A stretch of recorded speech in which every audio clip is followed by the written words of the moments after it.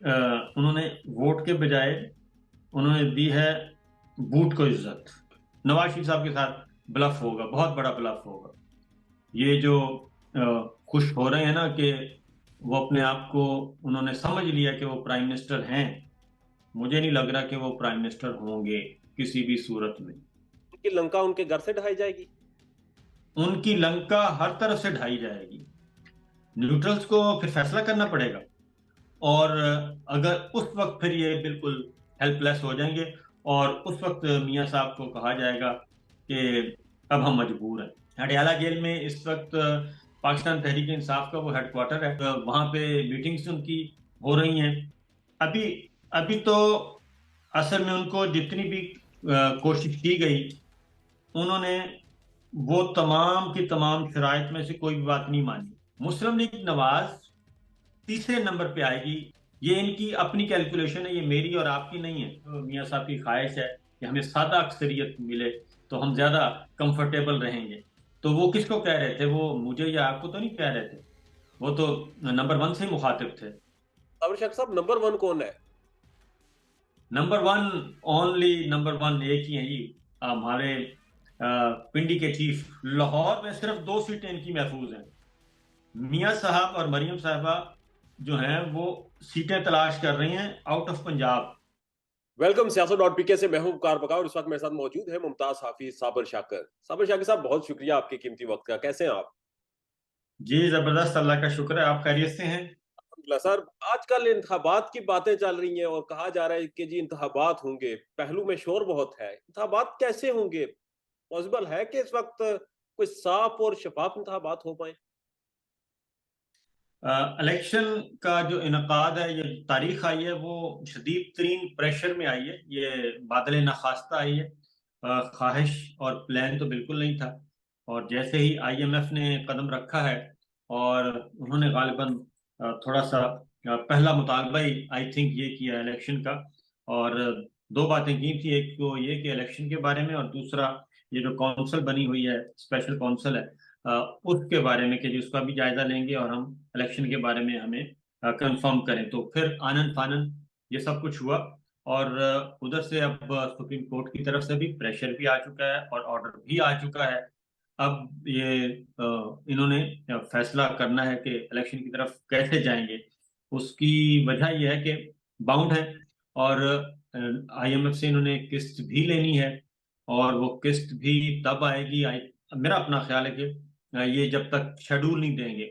जब शेड्यूल देंगे तो 71 करोड़ डॉलर जो है अगली किस्त इनको मिलेगी। दूसरी जानिब फिर सुप्रीम कोर्ट का ऑर्डर भी आ चुका है। इसलिए अब राह फरार का कोई इम्कान या रास्ता नजर नहीं आ रहा। अब ये देख रहे हैं, जोड़ तोड़ कर रहे हैं बहुत ज्यादा, और अपने जो मखसूस घोड़े हैं उनके लिए जरा काफी मेहनत कर रहे हैं कि किसी भी तरीके से कोई ऐसे नंबर्स, रीजनेबल नंबर्स मिल जाए इनको, जिस तरीके से लेकिन ये बात कंफर्म है कि ये इलेक्शन की तरफ उस वक्त जाएंगे जब ये अपने आप को मैक्सिमम सिक्योर फील करेंगे। अदरवाइज ये इलेक्शन को अवॉइड करेंगे। ये इलेक्शन उस डील का नतीजा नहीं जिसके नतीजे में बड़े मियां साहब पाकिस्तान आए? बड़े मियाँ साहब तो इलेक्शन आ गए हैं, लेकिन वो ये एक्सपेक्टेड नहीं था कि इतनी जल्दी उनको इलेक्शन दिया जाएगा, या वो भी इलेक्शन नहीं लेना चाह रहे थे। उन्होंने आना था, आके जरा अपने आप को सेट करना था।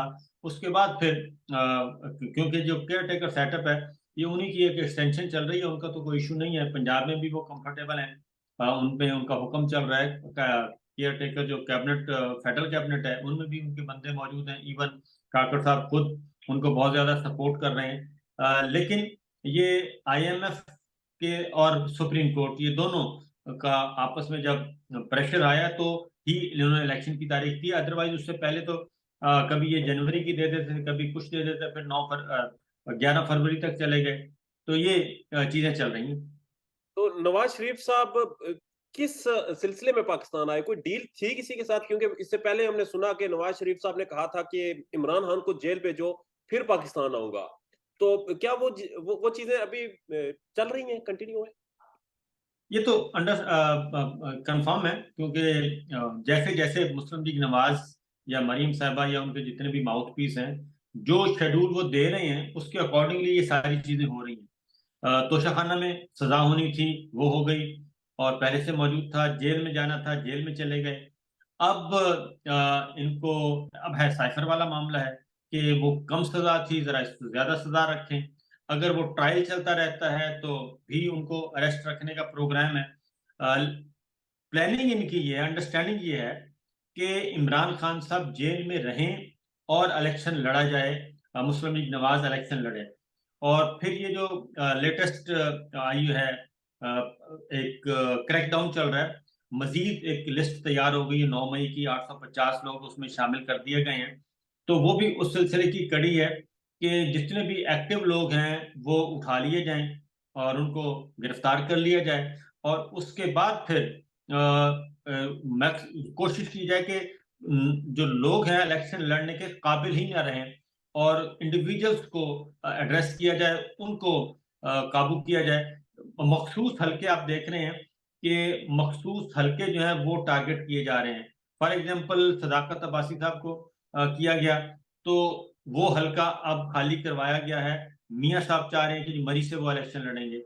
इसी तरीके से उस्मान डार साहब को उठाया गया, वो ख्वाजा साहब को कंफर्टेबल जोन में भेजना था, और फिरदौस आशा अवान साहिबा को उनके लिए वो बंदोबस्त किया गया। उसके बाद फरूख हबीब को उठाया गया, उसके लिए आपको फैसलाबाद राना सनाउल्लाह साहब और राजा रियाज इनको फ्री हैंड देना था, और तलाल चौधरी साहब भी शायद उधर से ही होंगे। तो ये मखसूस हल्के टारगेट किए जा रहे हैं। अभी अली नवाज अवान की बात की जा रही है, वो इस्लामाबाद से। तो ये टारगेटेड ऑपरेशन किया जा रहा है, और इनको जितनी भी इनके नंबर्स हैं जो कंफर्म सीट्स हैं, उनको जैसे गुलाम सरवर साहब को इन्होंने अभी ज्वाइन करवाया इस्तेकाम पाकिस्तान पार्टी को। तो ये सारी चीजें चल रही हैं। अभी मजीद ये टारगेटेड ऑपरेशन चलेगा, और जो तगड़ी सीटें हैं उनका ख्याल है कि अगर वहाँ के कैंडिडेट हम गायब कर दें, वहाँ पे कोई इलेक्शन लड़ने के लिए ना आए, तो इनको सहूलतकारी फराहम की जाए। वो कहा जाता है कि पिंड दा पिंड मार जाए मरासी दा पुत्र फिर भी नहीं नंबरदार बंदा।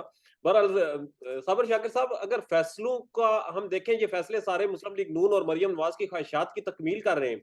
अगर किसी को उठाया जाता है तो उससे अदलिया का भी कहीं न कहीं उसमें किरदार होता है, उसे बाद में रिलीज़ करने के लिए, बयानात रिकॉर्ड करने के लिए।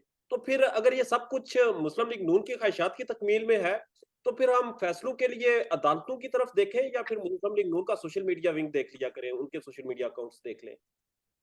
नहीं, अब तो जरूरत नहीं है। अब तो फैसले पहले आ जाते हैं सोशल मीडिया पे, और बाकायदा तौर पे सजा का तयन भी कर दिया जाता है कि इतनी सजा होगी, फलां महीने फलां हफ्ते ये सजा होनी है, और फलां आदमी को उठाया जा रहा है, फलां आदमी को इंटरव्यू रिकॉर्ड किया जा रहा है, फलां एंकर करेगा, फलां टीवी चैनल पे अपेयर होगा।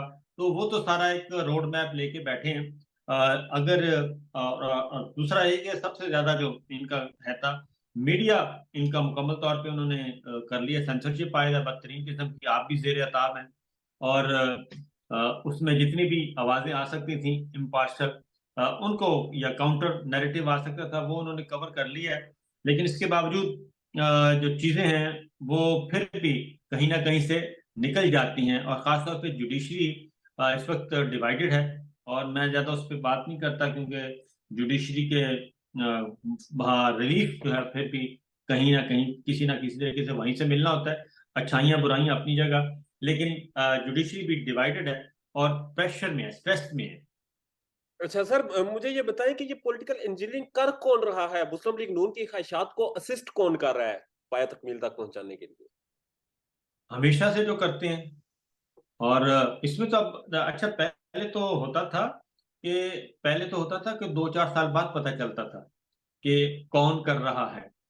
और बाद में इंकशाफ होते थे कि जी जनरल बाजवा साहब ने हमें बुलाया, मुस्लिम लीग नवाज वालों ने इंकशाफ करना शुरू कर दिया कि हम तो बैठे थे अपने अपने कमरों में, तो उन्होंने बुलाया कि आए, आके ये काम करते हैं। लेकिन इस वक्त तो बताने की जरूरत ही नहीं है। अब तो सारे के सारे ओन कर रहे हैं कि जी बिल्कुल हम ये कर रहे हैं, और हमें कोई पूछने वाला नहीं है। अब तो वो खुलेआम कर रहे हैं। और किसी किस्म का कोई डर, किसी किस्म का कोई खौफ ऐसा कुछ है नहीं है। और जिस तरीके से उस्मान डार साहब का हुआ, फरूख हबीब का हुआ, सदाकत अब्बासी साहब का हुआ, बाकी जितने भी रहनुमा हैं वो सब के सब, और एक ही ट्रेंड चल रहा है, प्रेस क्लब है, और प्रेस क्लब के बाद फिर इंटरव्यूज का सिलसिला, और तरीका तब्दील हो रहा है लेकिन वही काम हो रहा है, और इसमें कोई कहीं शक नहीं है। आप जितने भी हमारे सहाफी दोस्तों को उठाया गया, उनसे भी अगर बात कर लें तो वो भी बता देंगे कि हम किन के पास थे, और इमरान रियाज खान हमारे सामने है।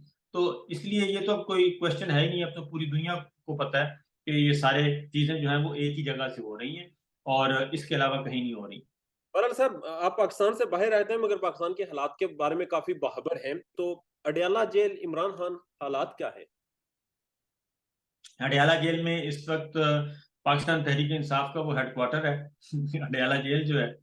और वहाँ पे इमरान खान, पाकिस्तान तहरीक इंसाफ के चेयरमैन मौजूद हैं, पाकिस्तान तहरीक इंसाफ के सदर चौधरी परवेज इलाही मौजूद हैं, पाकिस्तान तहरीक इंसाफ के वाइस चेयरमैन शाह महमूद कुरैशी मौजूद हैं, और पाकिस्तान तहरीक इंसाफ साबिक स्पीकर और मुज़ाकराती कमेटी के सरबरा असद कैसर साहब वहाँ मौजूद हैं, और फवाद चौधरी साहब वहाँ मौजूद हैं। तो इसलिए डयाला जेल जो है वो बुनियादी तौर पे इस वक्त पाकिस्तान तहरीक इंसाफ का हेडक्वार्टर है, और वहाँ पे मीटिंग्स उनकी हो रही हैं, और वकला मुलाकातें करने जाते हैं, वहाँ पे बाकायदा तौर पे मीटिंग्स होती हैं। इमरान खान साहब खुल खुला के बात करते हैं। बाकी वकला को वो कहते हैं कि आप जरा एहतियात करें, क्योंकि आपने बाहर जाना है, और बाहर जाके आपने फेस करना है। आप जो भी गुफ्तगू करेंगे ये सारी गुफ्तगू बराह रास्त दोस्तों तक पहुंच जाएगी, क्योंकि मुकम्मल तौर पे मॉनिटरिंग हो रही है, ह्यूमन इंटेलिजेंस के जरिए भी और अदरवाइज भी। तो इसलिए वो पहले वकला को बताते हैं कि भाई आपने जो भी बात करनी है अपना जरा हौसला वौसला देख के करनी है, आपकी हर बात जो है वो नोट नोट हो रही है, सुनी जा रही है। तो लेकिन उसके बाद वो खुद बोलना शुरू कर देते हैं, और वो खुद खुल के बोलते हैं। लास्ट लास्ट परसों की बात कर रहा हूँ मैं। तो वकला ने कहा जी आप हमें मना कर रहे हैं, आप खुद इस तरीके से बोल रहे हैं। तो उन्होंने कहा कि मैं तो बोल सकता हूँ, और ज्यादा से ज्यादा क्या करेंगे, मुझे तो पता है ये सारा कुछ कौन कर रहा है। तो उन्होंने नंबर वन का नाम भी लिया। तो उन्होंने कहा कि मुझे ज्यादा से ज्यादा क्या है, फांसी लगा देंगे, लगा के देख लें जरा फांसी कैसे लगाते हैं। तो ये चीज चल रही है। अबर शक साहब, नंबर वन कौन है?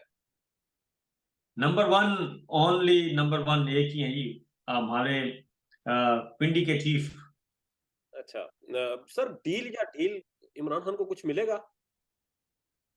देखिए बात यह है कि जो कुछ भी कर लें, अब आते हैं जरा ग्राउंड रियलिटी की तरफ। ये ये तो है ना ख्वाहिशात, प्लानिंग्स। ख्वाहिश ये है, प्लानिंग ये है, एमक्यूएम को हुक्म मिला और मिन बेचारों को कि आप फौरन बादशाह सलामत के हुजूर हाजिरी दें, और वो पहुंच गए। हालांकि कुआं जो प्यासा है वो कुएं के पास जाता है। इस दफा उल्ट उलट काम कर रहे हैं कि कुआं जो है वो प्यासे के पास आ रहा है, और जरूरत उनको है, लेकिन उनको हुक्म मिला था कि आप फौरन पहुंचे, वो बेचारे पहुंच गए। उसके बाद फिर अंदर उन्होंने कहा था हमारी आवभगत होगी, वो आवभगत भी नहीं हुई। बाहर बस आके उन्होंने अनाउंस कर दिया कि ये हमारा इंतखाबी इत्तेहाद हो गया, हम मिलकर इलेक्शन लड़ेंगे। आप वो क्लिप देखें जब मुस्तफा कमाल साहब बाहर आ रहे हैं, तो फहद जो हैं वो उनसे क्वेश्चन कर रहे हैं, और उस वक्त उनके बेचारों के चेहरे लटके हुए हैं। पता चल रहा है कि उनको बस जो कहा गया था वो उन्होंने करना है। इवन उनका तरीकाकार ये है कि एमक्यूएम वाले जब भी उनसे जाते हैं तो वो राब्ता कमेटी के पास फिर जाते हैं कि जनाब हमारी मीटिंग हो गई है, वहां से ये चीज आई है। तो राब्ता कमेटी एक फॉर्मेलिटी पूरी करनी होती है। तो इस दफा राब्ता कमेटी को भी मौका नहीं दिया गया, वहीं अनाउंस कर दिया गया कि जनाब हमारा इंतखाबी इत्तेहाद हो गया। तो ये एक सहूलतकारी ओपन ओपनली की जा रही है। दूसरी बलूचिस्तान अवामी पार्टी, बाप पार्टी जो है, उधर रुख करना है। तो ये सारी चीजें जो साबित कर रही हैं वो ये है कि इत्तेहादियों को किसको तलाश होती है, जो कमजोर हो। अगर तो ये जीत रहे हैं, अगर इनका ग्राउंड पे इनकी पोजीशन मजबूत है, तो फिर तो इनको किसी इत्तेहादी की जरूरत नहीं है। फिर तो मियाँ साहब जो हैं वो हमेशा से, हालांकि मियाँ साहब का मिजाज भी है कि वो इत्तेहादियों को लिफ्ट नहीं कराते। वो कहते हैं कि वन मैन शो होना चाहिए, मैं वन मैन शो का आदी हूँ। अब ये बलूचिस्तान पार्टी को और इधर MQM को, उधर मौलाना साहब को, और फिर इस्तेकाम पाकिस्तान पार्टी ने अभी आना है, फिर काफ लीग को, ये सारे लोगों को मिला के ये कोशिश कर रहे हैं। जबकि दूसरी जानिब अगर आप कंपेयर करें पाकिस्तान पीपल्स पार्टी को, वो आराम से बैठे हैं, उनका इलेक्टोरल कॉलेज सिंध महफूज है और उनको कोई खतरा लाहक नहीं है। वो कहते हैं कि ठीक है, आप MQM के साथ मिलकर आना चाहते हैं तो आ जाएं। वो अपना काम कर रहे हैं उधर। ये तो ग्राउंड है। अब आ जाए जमीनी हकायक। जमीनी हकायक ये है कि इनके पास वोट बैंक नहीं है। अभी भी जो इलेक्टोरल जो जितने भी पोल्स हुए हैं, मुस्लिम लीग नवाज तीसरे नंबर पे आएगी, जो इनकी अपनी असेसमेंट है। नंबर 1 पे PTI है, नंबर 2 पे पीपल्स पार्टी है, नंबर गेम में 3 पे PMLN है। अच्छा। ना उनका 3 पे, थर्ड नंबर पे PMLN है। ये इनकी अपनी कैलकुलेशन है, ये मेरी और आपकी नहीं है, इनकी अपनी कैलकुलेशन है। तो इसीलिए ये भागम दौड़म हो रहा है कि JUI को मिलाया जाए, बलूचिस्तान अवामी पार्टी को मिलाया जाए, MQM को मिलाया जाए और इस्तेहकाम पाकिस्तान पार्टी को मिलाया जाए। इन सबको मिला के तो कोई ना कोई रीजनेबल नंबर लिया जाए। वरना तो राना तनवीर साहब को क्या कहने की जरूरत थी कि जनाब मियाँ साहब की ख्वाहिश है कि हमें सादा अक्सरियत मिले तो हम ज्यादा कंफर्टेबल रहेंगे। तो वो किसको कह रहे थे? वो मुझे या आपको तो नहीं कह रहे थे। वो तो नंबर 1 से ही मुखातिब थे कि जनाब जो है हमें इतने नंबर्स चाहिए, मियाँ साहब की ख्वाहिश है। सर, जरदारी साहब खामोश हैं, तो क्या आपको लगता है कि इलेक्शन करीब आएंगे या इलेक्शन जब होंगे तो कोई पीपल्स पार्टी बड़ा अपसेट करेगी? जिस तरह आपने कहा कि उनकी अपनी असेसमेंट ये है कि पीपल्स पार्टी तो दूसरे नंबर पे है। पीपल्स पार्टी, मुस्लिम लीग, अगर आप कंपेयर करें ना मुस्लिम लीग नवाज और पीपल्स पार्टी, तो पीपल्स पार्टी बहुत कंफर्टेबल जोन में है, बहुत ज्यादा है। उसकी वजह है कि उनका जो सिंध है, जो उनका बेस है, वो महफूज है। मुस्लिम लीग नवाज ये बात नहीं कह सकती कि हमारा पंजाब महफूज है, या मौलाना साहब ये नहीं कह सकते कि हमारा खैबर पख्तूनख्वा महफूज है। बिल्कुल नहीं कह सकते, ये इनको पता है। पीपल्स पार्टी सिंध में बिल्कुल कंफर्टेबल है। उसको पता है कि हमारे इतने नंबर्स हैं, वो ले लेगी, वो इंतहाई आराम से ले लेगी।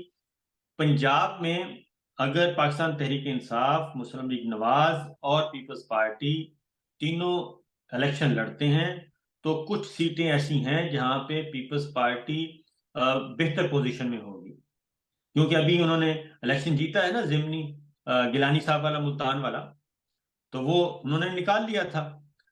और इसी तरीके से एक दो चार सीटें और भी वो निकाल सकते हैं।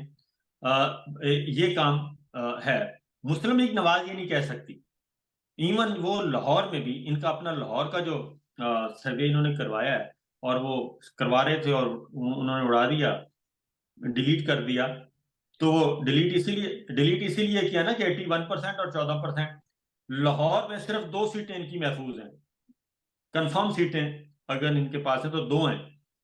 मियां साहब और मरियम साहबा जो हैं वो सीटें तलाश कर रही हैं आउट ऑफ पंजाब।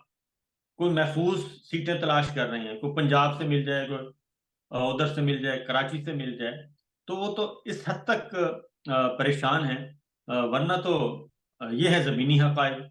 अब इस गैप को हमारे कैसे खत्म करेंगे? सरकार जो है असली वाली, वो एक इम्तहान है।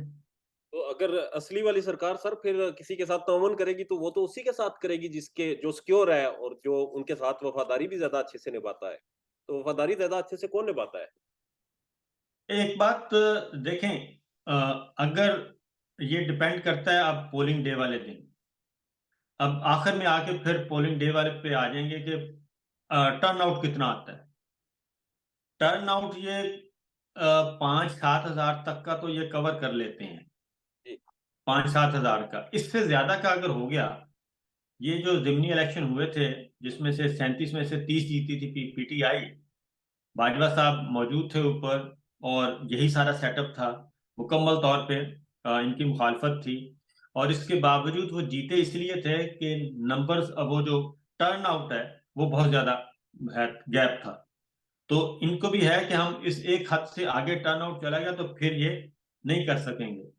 और अगर उस वक्त फिर ये बिल्कुल हेल्पलेस हो जाएंगे, और उस वक्त मियाँ साहब को कहा जाएगा कि अब हम मजबूर हैं। तो सर इमरान खान को इजाजत मिलेगी या फिर कोई वो जेल के अंदर भी रहकर इलेक्शन लड़ पाएंगे, या पीटीआई का क्या मुस्तकबिल होगा इलेक्शन में? वो तो इमरान खान इस वक्त ये कह रहे हैं कि हमें सिर्फ और सिर्फ फ्री एंड फेयर इलेक्शन दिया जाए, और वो उन्होंने हर तरह की प्लानिंग की हुई है। वो ज़हनी तौर पे बिल्कुल तैयार हैं कि जी मैं इलेक्शन, मुझे नहीं लड़ने दिया जाएगा, ठीक है। और उसके लिए तैयार हैं वो। और इमरान खान साहब, क्योंकि उनको सजा एक हो चुकी है, दूसरी सुनानी है, साइफर में इनको सुना दी जाएगी। लिहाजा वो एक की अगर सस्पेंड भी हो गई और उधर से अलाउ भी हो गया तो साइफर में, और साइफर से आगे निकलेंगी तो फिर 9 मई की तैयारी की जा रही है। तो वो तो ज़हनी तौर पे तैयार हैं। वो तो सिर्फ चाह रहे हैं कि पाकिस्तान तहरीक इंसाफ को, पार्टी को जो है, वो इलेक्शन लड़ने दिया जाए, और उसके लिए इंटरनल से ज्यादा एक्सटर्नल प्रेशर ज्यादा आएगा। क्योंकि अभी भी आपने देखा कि चाइनीज का इंटरव्यू आपने सुना होगा, वो कह चुके हैं उधर से, वाशिंगटन से इंटरव्यू, उधर उन्होंने वाशिंगटन से भी ये स्टेटमेंट आ गई है। अब ये कह रहे हैं कि हम, हमारा कोई फेवरेट नहीं है। और चाइनीज कॉन्सुलेट कॉन्सुलेट की जो स्टेटमेंट थी वो तो बड़ी बड़ी ही डिटेल के साथ थी। उन्होंने तो कोई चीज छोड़ी नहीं ना। उन्होंने तो कह दिया कि ये अपने तमाम स्टेक होल्डर्स, तमाम पॉलिटिकल प्लेयर्स बैठें और ये काम करें, और फ्री एंड फेयर इलेक्शन हो। हमारा नवाज शरीफ की वतन वापसी से कोई ताल्लुक नहीं है। उन्होंने तो बड़ी सारी चीजें, और फिर यह है कि सी पैक का उन्होंने बता दिया कि कुछ एक्सटर्नल हैं, कुछ इंटरनल हैं जो सी पैक को सपोर्टाज करना चाह रहे हैं। तो इसलिए मेरा ख्याल है कि इतना आसान नहीं है जितना ये कह रहे हैं। वरना तो आराम से बैठे होते और इलेक्शन करवा लेते। इतना डिले करने की क्या जरूरत थी। अब शाकिर साहब, फिर न्यूट्रल्स न्यूट्रल्स हो जाएंगे या रह पाएंगे? न्यूट्रल्स को फिर फैसला करना पड़ेगा। आपने कल जो एक हुई है, शुहदा की फैमिलीज ने प्रेस कॉन्फ्रेंस की है, उसके बाद आप जाएं, ये एक्स पोस्ट देखें उनकी, एक्स सर्विसमैन सोसाइटी की, Pakistan x ex serviceman society, उनकी स्टेटमेंट आप जाके पढ़ें। वो, मेरा ख्याल है कि मैं और आप, इसके बावजूद कि मैं यहाँ बैठा हूँ, मेरा दिल नहीं कर रहा वो पढ़ूं। वो इतनी सख्त स्टेटमेंट है, इतनी सख्त स्टेटमेंट है, और सीधी सीधी बातें उन्होंने की। तो उससे आप अंदाजा कर लें कि विद इन क्या चल रहा है। और इस वक्त हमारे जो रिटायर्ड जर्नैल हैं वो क्या सोच रहे हैं। तो ये इतना आसान मुझे लगता नहीं है कि बहुत बड़ा ये कोई कर लेंगे। बहुत मुश्किल होगा, क्योंकि डिमांड क्या की जा रही है, डिमांड ये की जा रही है, सिर्फ इलेक्शन ही डिमांड की जा रही है। ये, और ये सिर्फ इंटरनल नहीं, वो कह रहे हैं इलेक्शन हो, फ्री एंड फेयर हो, तमाम लोगों को मौका मिले, और उसके बाद उसके नतीजे में फिर पॉलिटिकल स्टेबिलिटी आए। पॉलिटिकल स्टेबिलिटी की बात की जा रही है, और पॉलिटिकल स्टेबिलिटी होगी तो कोई आपके पास आएगा और कोई इन्वेस्टमेंट करेगा, कोई जो भी करना है। जो जितने भी पाइपलाइन में हैं, इस वक्त आप देख लें कि जब से ये आए हैं, कोई भी सरबराह मुमलकत पाकिस्तान में नहीं आया, कोई भी नहीं आया। और मजीद अगर आपने चेक करना है तो ये इतना बड़ा इशू चल रहा है हमारा मिडल ईस्ट का। और हराम है कि कोई एक टेलीफोन कॉल आई हो हमारे प्राइम मिनिस्टर को, और या हमारे प्राइम मिनिस्टर की कॉल किसी ने अटेंड की हो, हेड ऑफ स्टेट ने या हेड ऑफ गवर्नमेंट ने, एक पाकिस्तानी भी सिंगल। अटेंड कर रहा, जी, पाकिस्तानी प्राइम मिनिस्टर की कॉल्स तक कोई नहीं अटेंड करता। मैं कहता हूं कोई भी नहीं अटेंड कर रहा। कोई तो प्रेस रिलीज आती, ना ही किसी ने कॉल करने की कोशिश की है, गवारा किया, ना ही यहां से कोई कॉल गई तो अटेंड हुई है। और हमारे फॉरेन मिनिस्टर जो हैं, फॉरेन मिनिस्टर की हालत ये है कि एक कॉल आई है या एक कॉल की है। इसके अलावा हमारे वजीर खारजा भी आराम से फारिग बैठे हैं।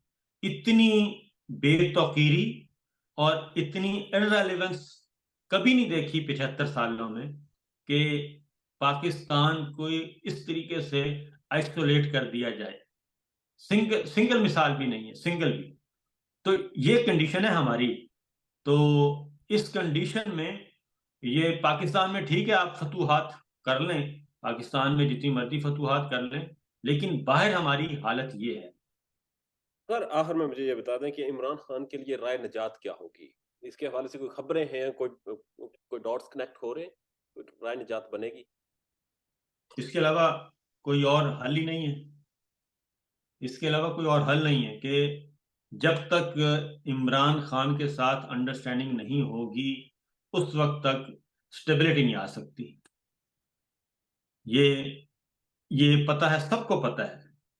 और ये हमसे ज्यादा जो हमारे जो एम्बेसीज हैं इस्लामाबाद से और लाहौर से और कराची से, वो जो पल्स भेज रहे हैं ना, रिपोर्ट्स अपने अपने मुल्कों को, उन सबको पता है कि ग्राउंड पे इस वक्त क्या सिचुएशन है और कौन अवाम किसके साथ खड़ी है, पब्लिक किसके साथ है। इसलिए ये आप 15-20 में तो गड़बड़ कर सकते हैं, लेकिन इससे ज्यादा की गड़बड़ हो नहीं सकती। तो अगर तो आपने स्टेबिलिटी लेके आनी है, फिर तो इमरान खान से बात करनी पड़ेगी और एक अंडरस्टैंडिंग डेवलप करनी पड़ेगी। अभी तक इमरान और खान अगर अभी तक इमरान जी, खान के साथ बातचीत करने की कोशिश की गई है? कोई ऑफर दी गई हो, किसी तरह के कोई मामलात हुए हो? अभी अभी तो असल में उनको जितनी भी कोशिश की गई, उन्होंने वो तमाम की तमाम शराइत में से कोई भी बात नहीं मानी। नंबर वन ये कि वो -1 वाला फार्मूला जो है कि आप पार्टी हेड से अलहदा हो जाएं और पार्टी किसी के हवाले करें, आप बाहर चले जाएं, वही जो नवाज शरीफ साहब के साथ किया था। और नवाज शरीफ साहब ने वो सारी चीजें कबूल कर ली, कबूल करके वापस आ गया और अपना सत्यानाश कर लिया। तो इमरान खान साहब को भी यही कहा जा रहा है, लेकिन इसके लिए तो ना राजी हुए हैं, ना राजी होंगे। वो तो सिर्फ एक ही बात कह रहे हैं कि मुझे सिर्फ फ्री एंड फेयर इलेक्शन दिया जाए, पार्टी को दिया जाए, मुझे नहीं देना ना दें, लेकिन पार्टी को दे दें। तो वो तो उस बात पे कायम है और किसी किस्म की कोई ऐसी नहीं करना चाहते, ऐसा कोई ब्रेक थ्रू उनकी तरफ से तो नहीं होने वाला। सर बिल्कुल शॉर्ट दो कमेंट्स करें कि वोट को इज्जत दो, नवाज शरीफ साहब का बयानिया था, उस पर क्या कहेंगे? वो उन्होंने वोट को जो दे तो दी है, इससे ज्यादा इससे ज्यादा वो वोट को इज्जत क्या देंगे कि उन्होंने वोट के बजाय उन्होंने दी है बूट को इज्जत। और बूट को इज्जत उन्होंने दी है और उनका ख्याल था कि बूट को इज्जत देने से उनके सारे मसाइल हल हो जाएंगे। तो मेरा अपना ख्याल है कि शायद उनके साथ बहुत बड़ा ब्लफ होगा। नवाज शरीफ साहब क्योंकि ब्लफ जी, कर नवाज शरीफ साहब के साथ ब्लफ होगा, बहुत बड़ा ब्लफ होगा। ये जो खुश हो रहे हैं ना कि वो अपने आप को उन्होंने समझ लिया कि वो प्राइम मिनिस्टर हैं, मुझे नहीं लग रहा कि वो प्राइम मिनिस्टर होंगे किसी भी सूरत में। उनकी लंका उनके घर से ढहाई जाएगी? उनकी लंका हर तरफ से ढाई जाएगी। उनकी लंका जो है सबसे ज्यादा तो पब्लिक ढाएगी ना। ठीक है। सबसे ज्यादा तो अवाम जो है वहां से ढाई जाएगी ना। उसके बाद फिर अगली बात होगी। और ये जो कहा जा रहा है ना कि ये इतना आसान नहीं है कि आप तमाम पॉलिटिकल प्लेयर्स को दीवार के साथ लगा के और ये कहें कि जनाब बस ये नवाज शरीफ साहब हैं और ये प्राइम मिनिस्टर हैं और ये जीत चुके हैं। ये सवाल ही पैदा नहीं होता कि इतनी आसानी से ये बाकी सारे पॉलिटिकल प्लेयर्स जो हैं वो इनको इस तरीके से कबूल कर लें। अभी तो आप देखें आने वाले दिनों में अभी काफी कुछ होना है। ये तो अभी एक अभी तो इलेक्शन शुरू ही नहीं हुआ, तो ये कंडीशन है। वरना तो ये कुछ फहमियां गलत फहमियां हैं। जी, ये खुशफहमियां बिल्कुल। आपको पता है कि वो अल्लामा इकबाल ने कहा था कि वो शेर पहले, क्योंकि उसका मतलब कुछ और होता था, लेकिन आजकल के मत है कि अमल से जिंदगी बनती है, जन्नत भी जहन्नम भी, ये खाकी अपनी फितरत में नूरी हैं ना नारी हैं। तो इसलिए ये ये खाकीज जो हैं ये सिर्फ अपनी खू में रहते हैं। उन्होंने देखना है फाइनल राउंड में कि करना क्या है। पाकिस्तान में इस वक्त सबसे बड़ा मसला बोलने का है। पाकिस्तान में बोलने नहीं दिया जाता, जुबानें खींच ली जाती हैं, डर है, खौफ है, टेरर है। पाकिस्तान का मीडिया मुकम्मल तौर पर कंट्रोल्ड है, वेल मैनेज्ड है, एक मैसिव सेंसरशिप है। इसी तरह का दबाव पाकिस्तान में सियासत.pk भी फेस कर रहा है, जिसे पाकिस्तान भर में गुज़श्ता कई महीनों से मावरा आइन, मावरा कवानीन मुकम्मल तौर पर बंद कर दिया गया है, मुकम्मल तौर पर बैन कर दिया गया है। सियासत.pk की नशरियात को लिमिटेड करके पाकिस्तान में छोड़ दिया गया है। तमाम तर कानूनी मुआवजे के ऊपर आवाज उठाई गई, दस्तक दी गई, लेकिन हर तरफ से खामोशी है, सन्नाटा है, कहीं पर कोई सुनवाई नहीं है, कोई सुनने को तैयार नहीं है। लेकिन इसका हल क्या है? क्या खामोश हो जाएं? क्या सवाल ना करें? क्या मालूमात आप तक ना पहुंचाएं? क्या इंफॉर्मेशन आप तक ना पहुंचाएं? मालूमात भी पहुंचेगी, इंफॉर्मेशन भी पहुंचेगी, सवालात भी उठेंगे, लेकिन अब आपने रोल प्ले करना है, आपने अपना किरदार अदा करना है। और छोटा सा एक प्रोसीजर है, प्रोसेस है, उसके बाद आप अपना किरदार अदा करें और हमारी मदद करें। पहले आपने यह करना है कि हमारे YouTube चैनल को सब्सक्राइब करना है, उसके बाद ज्वाइन के बटन के ऊपर जाना है, क्लिक करके हमारा मेंबर बनना है। या फिर दूसरा ऑप्शन यह है कि आपने वीडियो की डिस्क्रिप्शन में जाना है, वहां पर पैट्रियन का लिंक मौजूद होगा, उस लिंक के ऊपर क्लिक करें और हमें सपोर्ट करें, हमारा हिस्सा बने, हमारी ताकत बने। ख्याल रखिएगा। अल्लाह हाफिज।